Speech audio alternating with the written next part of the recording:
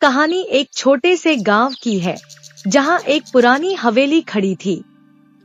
गांव वाले कहते थे कि हवेली में कोई नहीं रहता, लेकिन हर रात वहां से अजीब आवाजें आती थी।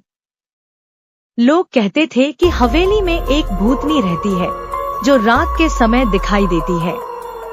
उसके बाद कोई भी व्यक्ति जो हवेली के पास से गुजरता वह गायब हो जाता था। एक दिन गांव में एक युवक अर्जुन आया। वह बड़ा बहादुर था और उसे भूत प्रेतों पर विश्वास नहीं था। गांव वालों से सुनकर उसने हवेली में जाने का निश्चय किया। वह रात के समय हवेली की ओर बढ़ा, हाथ में एक जलती हुई मोमबत्ती लेकर। जैसे ही वह हवेली के पास पहुंचा, उसने महसूस किया कि हवा में एक अजीब ठंडक थी।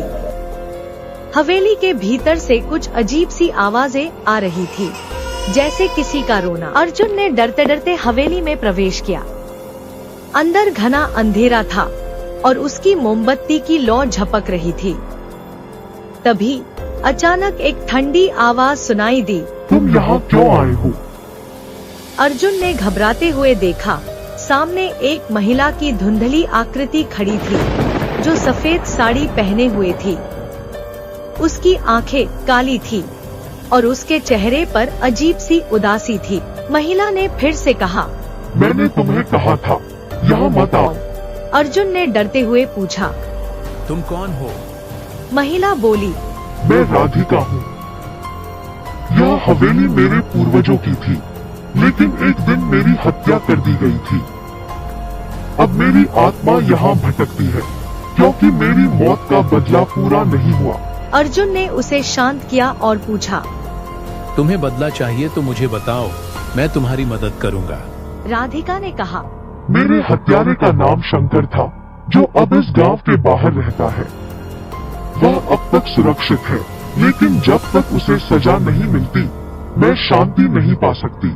अगले दिन अर्जुन ने गांव के आदमी से शंकर का पता पूछा। क्या आप शंकर नाम के आदमी को जानते हैं? हाँ, मैं शंकर को जानता हूँ।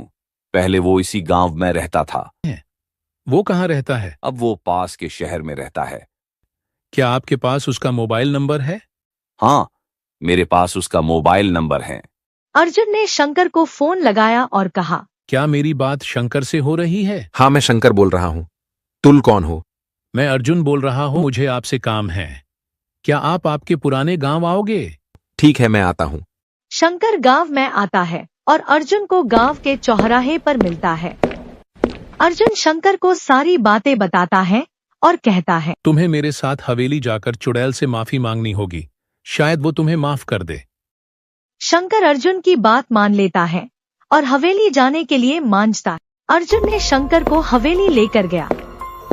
शंकर डरते हुए हवेली में दाखिल हुआ। राधिका की आत्मा फिर से प्रकट हुई और शंकर के सामने आकर बोली, तुमने मेरी हत्या की थी, अब तुम मेरी सजा भुगतो। शंकर कांपते हुए बोला, मुझे माफ कर दो, मैं उस समय अपनी गलती से अनजान था। शंकर ने राधिका से माफी मांगी और फिर उसकी आत्मा को शांति मिल गई। अचानक हवेली में सब कुछ शांत हो गया।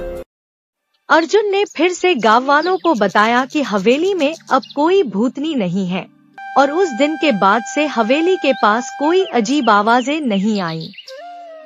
गांव वालों ने अर्जुन को धन्यवाद दिया और हवेली को फिर से शांति का प्रतीक माना।